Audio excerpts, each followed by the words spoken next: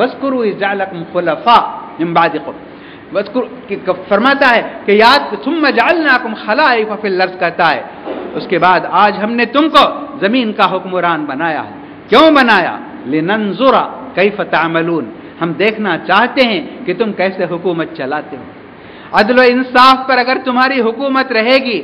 اللہ تعالیٰ کے احکام کے مطابق اگر تمہاری حکومت رہے گی تو حکومت قیامت تک بھی چل سکتی ہے۔ اور اگر تم نے اس کے اندر ظلم کیا اور اللہ تعالیٰ کے احکام تم نے چھوڑ دیے اور اپنی من مانی اگر تم نے شروع کی تو تمہارا انجام بھی وہی ہوگا جو تمہیں بتایا جا رہا ہے کہ پہلے ان کی حکومت تھی، پہلے ان کی تھی، پہلے ان کی تھی۔ یہ سب اللہ تعالیٰ بتاتا ہے۔ اور ایک بات، بہت باتیں ہیں یہاں، یہ مشرکین مکہ کا ایمان ایسا تھا، آپ جانتے ہیں مشرکین مکہ کو، بہت خدا تھے ان کے، بہت معبود تھے، ہر کنکر کو وہ اس کے آگے سجدہ کرتے تھے۔ کعبۃ اللہ جو توحید کا مرکز ہے اس کے اندر 360 بت، بہت چھوٹا تھا، اگر وہ بڑا ہوتا تو پتہ نہیں کتنے ہزار رکھتے، بہت چھوٹا سا کمرہ ہے وہ، اس کے اندر انہوں نے 360 گھر رکھے تھے، بت رکھے ہوئے تھے۔ لیکن ان کا ایمان بھی آپ دیکھیے، اللہ تعالیٰ فرماتا ہے کہ جب چھوٹی موٹی تکلیف آتی تو وہ اپنے مشرکوں، اپنے جو چھوٹے معبود ہیں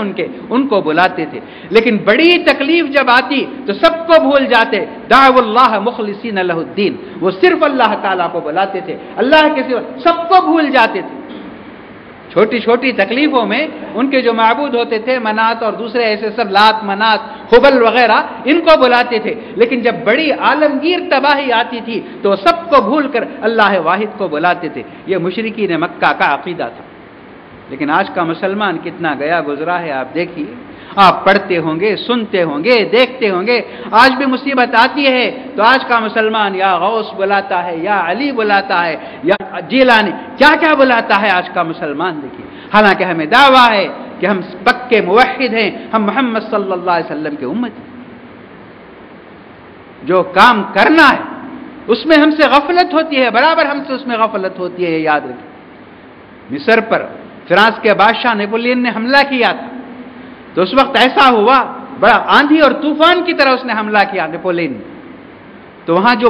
کمزور ایمان کے لوگ تھے انہوں نے سب مسجد میں جا کر دلائل الخیرات کا مطالعہ شروع کیا۔ دلائل الخیرات شرک کی ایک کتاب ہے، انبیاء سے مدد، اولیاء سے مدد، مرشدین کے نام، یہ کتاب ہے۔ اور اچھے جو مسلمان تھے، جو بہت نیک،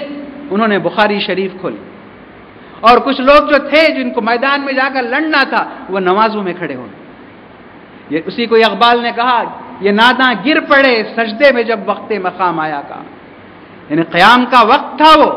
دشمن سے مقابلے کا وقت تھا، وہ سجدہ اور رکوع میں جانے کا وقت نہیں تھا کہ دشمن گاجر اور مولی کی طرح ختم کر دے۔ یہ ہوا مصر کے اندر۔ تو اللہ تعالیٰ سب کچھ بتاتا ہے کہ مسلمان کو کب کیا کرنا ہے اور دشمن کا کس طرح مقابلہ کرنا ہے۔ یہ پھر اس کے بعد کہنے کو تو یہاں اللہ تبارک و تعالیٰ ایک کھیت کے بارے میں کہتا ہے، لیکن یہ کھیت ہی نہیں ہے، بہت کچھ سوچنے کی بات ہے، اور مفسرین نے اس کی طرف اشارہ بھی کیا ہے۔ اللہ تعالیٰ یہ فرماتا ہے کہ دیکھو، تم کھیت کو دیکھو، کھیت پک کر تیار ہو جاتا ہے اور کسان پھل کاٹنے کے لیے بالکل تیار ہو جاتا ہے، کب کاٹنا اس کا فیصلہ کر لیتا ہے، لیکن اللہ تعالیٰ کا فیصلہ، اور کھیت بہت ہی خوبصورت ہو جاتا ہے، لہلہاتا ہے اپنے پھلوں سے، اپنے پھولوں سے، اپنی کھیتی سے۔ لیکن آدمی جب پہنچتا ہے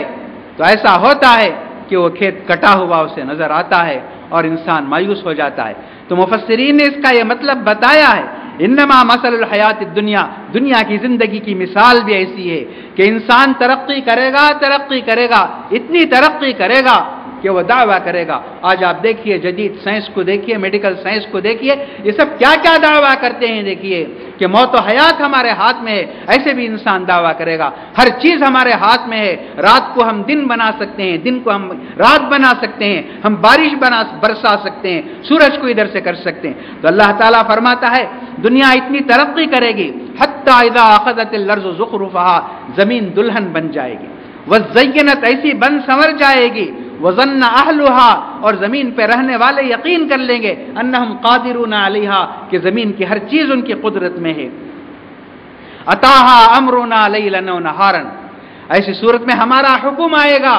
رات کا وقت ہوگا یا دن کا وقت ہوگا، یہ بھی دیکھیے اللہ تعالیٰ کا فرمان، کیونکہ دنیا میں کہیں رات ہوگی، دنیا میں کہیں دن، یہ شک نہیں ہے کہ رات میں ہوگا یا دن میں ہوگا، ایسے نہیں ہے۔ دنیا میں اس وقت کہیں دن ہے، کہیں صبح ہے، کہیں شام ہے، کہیں دوپہر ہے۔ تو اللہ تعالیٰ فرماتا ہے اتاہا امرنا لیلا و نہارا، کہ اللہ تعالیٰ کا حکم آئے گا فجعلناہا حصیدا، پھر پوری دنیا، یہ پوری زمین ایک چٹیل میدان بن جائے گی، کأن لم تغن بالامس، ایسے معلوم ہوگا کہ کل کوئی انسان یہاں دنیا میں بستا ہی نہیں تھا۔ کذالک نفصل الآیات، تو یہ کھیت کا قصہ نہیں ہے دیکھیے، کیونکہ اللہ تعالیٰ فرماتا ہے ہم آیتوں کو تفصیل کے ساتھ آپ کے سامنے اس لیے بیان کرتے ہیں لقوم یتفکرون، ان لوگوں کے لیے ہے جو غور و فکر اور عقل سے کام لیتے ہیں، ان کے لیے۔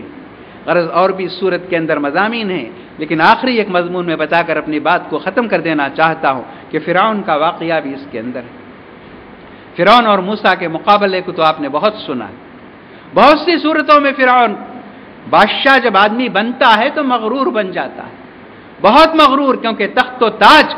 یہ غرور سے بھرے ہوئے ہوتے ہیں، تو اسی لیے آدمی بادشاہ کا لفظ سے چھوٹا لگتا ہے۔ ہندوستان میں بھی بڑے بڑے بادشاہ گزرے، ان کو بھی بادشاہ کا لفظ چھوٹا لگا، تو انہوں نے شاہ جہاں رکھ لیا، اپنا نام جہانگیر رکھ لیا، اس قسم کے نام رکھ لیے۔ لیکن فرعون نے تو حد کر دی،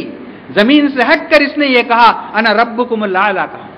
میں سب سے بڑا رب ہوں، کہا، اور سب لوگوں کو میرے آگے سجدہ کرنا چاہیے اور میری عبادت کرنا چاہیے۔ ما علمت لکم من الہ غیری، کہا میرے سوا کوئی معبود نہیں ہے، میرے سوا عبادت کے کوئی لائق نہیں ہے۔ موسیٰ کا مقابلہ ہوا، موسیٰ کی حیثیت کیا تھی، کتنی حقیر تھی، یہ سب آپ کو معلوم ہے، قصہ نہیں ہے۔ تو موسیٰ کا اس نے پیچھا کیا اپنے پورے لشکر کے ساتھ، اپنے پورے سپاہ کے ساتھ، اپنی پوری طاقت کے ساتھ، اپنے ہتھیار کے ساتھ۔ نتیجہ کیا ہوا؟ پانی کے اندر اس کو ڈبویا گیا، موت کے فرشتوں کو اس نے اپنی آنکھوں سے دیکھا، موت کے فرشتوں کو اپنی آنکھوں سے دیکھنے کے بعد اس کی آنکھ کھل گئی، اس نے کہا میں بھی ایمان لاتا ہوں موسیٰ کے پروردگار پر، میں ایمان لاتا ہوں، موسیٰ اور ہارون کا جو رب ہے اس پر ایمان لاتا ہوں۔ تو جو فرشتہ اس کی جان نکالنے والا تھا اس نے کہا الآن وقد عصیت قبل وکنت من المفسدین، ایمان لانے کا وقت گزر چکا ہے، توبے کا دروازہ بند ہو چکا ہے، تمہیں بہت مہلت دی گئی، بہت سمجھایا گیا۔ اللہ تعالیٰ نے موسیٰ کو تمہارے پاس جب بھیجا، حالانکہ تم سب سے بڑے دشمن تھے اللہ کے، موسیٰ سے اللہ نے یہ فرمایا فقولا لہ قولا لین، فرمایا نرم بات کرو، بہت ہی ہلکے انداز میں سمجھا کر یہ سب موقع تمہیں دیے گئے، لیکن تم نے ان موقعوں کا فائدہ نہیں اٹھایا۔ آج جب تم اپنی آنکھوں سے موت کے فرشتے کو دیکھتے ہو تو تمہاری نجات اور بچنے کی کوئی صورت نہیں ہے۔ پھر اللہ تعالیٰ نے فرمایا فَالْيَوْمَ نُنَجِّيكَ بِبَدَنِكَ، کہا کیونکہ فرعون کی موت کا دونوں کو یقین نہیں تھا، جو اسے مانتے تھے وہ بھی سمجھتے تھے کہ فرعون مر نہیں سکتا، اور جو اسے انکار کرتے تھے ان کو بھی شک تھا فرعون کی موت کے بارے میں، کیا واقعی فرعون مر گیا؟ تو اللہ تعالیٰ فرماتا ہے اس لیے ہم ایسا کریں گے، دریا کو یہ حکم دیتے ہیں کہ وہ تمہاری لاش کو باہر پھینکے، فَالْيَوْمَ نُنَجِّيكَ بِبَدَنِكَ، آج تمہارا جسم دریا کے باہر پھینک دیا جائے گا، لِتَكُونَ لِمَنْ خَلْفَكَ آیا، تاکہ آنے والے قیامت تک کے انسانوں کے لیے عبرت کا ایک نشان اور عبرت کا ایک مقام بن کر تم دنیا میں رہو۔ قرآن کی یہ بات ہے، لیکن آج دنیا جانتی ہے، آنکھوں سے سب نے دیکھا ہے کہ مصر کا میوزیم بہت بڑا مصر کا میوزیم ہے، کیونکہ مصر بڑا پرانا تہذیبی شہر ہے، تو اس کے میوزیم میں ہزاروں لاکھوں چیزیں رکھی ہوئی ہیں، تو میوزیم کا جو ٹکٹ ہے اس ٹکٹ کے اندر آپ یہ نہیں دیکھ سکتے، اس کے لیے الگ ٹکٹ لینا پڑتا ہے، اور بہت سے لوگ یہاں جانا نہیں چاہتے، فرعون اکیلا ہی نہیں، اور بہت سے فرعون اور فرعونوں کی ایک پوری تاریخ ہے، ایک پورا خاندان ہے، ان سب کی لاشیں وہاں رکھی ہوئی ہیں، وہاں جانا ہر شخص پسند نہیں کرتا۔ اس کی ایک وجہ یہ بھی ہے کہ وہ کیمیکل کی وجہ سے وہاں ایسی بدبو ہے کہ آپ ناک بند کر کے ناک پہ رومال رکھ کے جاتے ہیں، پھر بھی قے ہونے والوں کو قے ہو جاتی ہے، سر میں درد جن کو ہوتا ہے سر میں درد ہوتا ہے، تو وہاں سارے فرعون کی ممیاں رکھی ہوئی ہیں، ہر ایک کے سرانے یہ کب پیدا ہوا، کب مرا، کب سے کب تک یہ بادشاہ بنا، تو اس میں یہ فرعون جس نے اپنے بارے میں کہا تھا انا ربکم الاعلی ما علمت لکم من الہ غیری، جس نے کہا تھا، اس کی لاش بھی وہاں پڑی ہوئی ہے۔ یہ اللہ تعالیٰ کا فرمان ہے، دیکھیے اللہ تعالیٰ کا کلام، کہ آج ہم تمہاری لاش کو اس طرح محفوظ رکھیں گے کہ قیامت تک آنے والے تمہیں دیکھ کر غرور کا سر نیچا ہوتا ہے اور وہ غرور سے پناہ مانگیں گے اور غرور سے بچنے کی کوشش کریں گے۔ ایسے اور بھی کچھ مضامین ہیں جن پر یہ صورت ختم ہوتی ہے۔ میں اللہ تبارک و تعالیٰ سے دعا کرتا ہوں کہ کہ اللہ تعالی ہمارے گناہوں کو معاف فرمائے، ہمیں سیدھی اور سچی راہ دکھائے، قرآن پڑھنے، سمجھنے اور اس کے احکام پر عمل کرنے، اور ہمیں اپنی زندگیوں کو سنوارنے کا موقع عطا اللہ تبارک و تعالی نصیب فرمائے۔ والسلام علیکم ورحمۃ اللہ۔